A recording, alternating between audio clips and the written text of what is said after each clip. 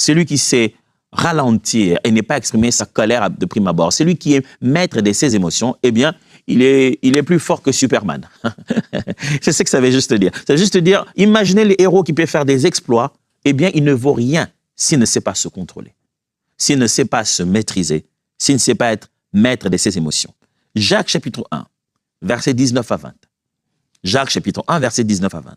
Fondation, que tout homme soit lent à la colère, prompt plutôt à écouter, lent à parler. On est en train de monter ici le bon comportement pour gérer ses émotions.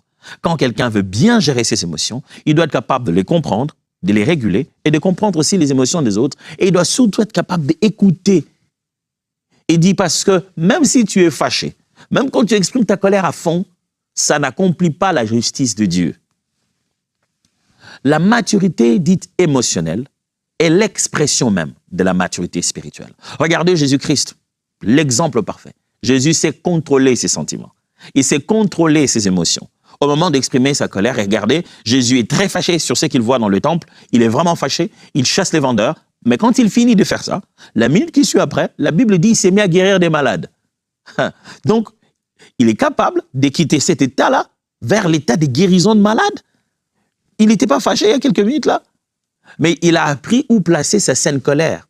Cette sainte colère n'empêchait pas l'action de l'onction du Saint-Esprit en lui. Un homme mature spirituellement est aussi mature émotionnellement. Donc, ne poussez pas que dans la prière, ne poussez pas que dans la méditation de la parole. Prenez le temps de laisser les fruits, le fruit de l'esprit se développer en vous. Prenez le temps de comprendre ce qui se passe dans vos émotions, dans vos sentiments, comprendre comment les réguler dans vos relations humaines, comprendre comment réguler aussi, gérer ce qui se passe dans les émotions des autres. Alors là, on vous appellera véritable disciple de Jésus-Christ.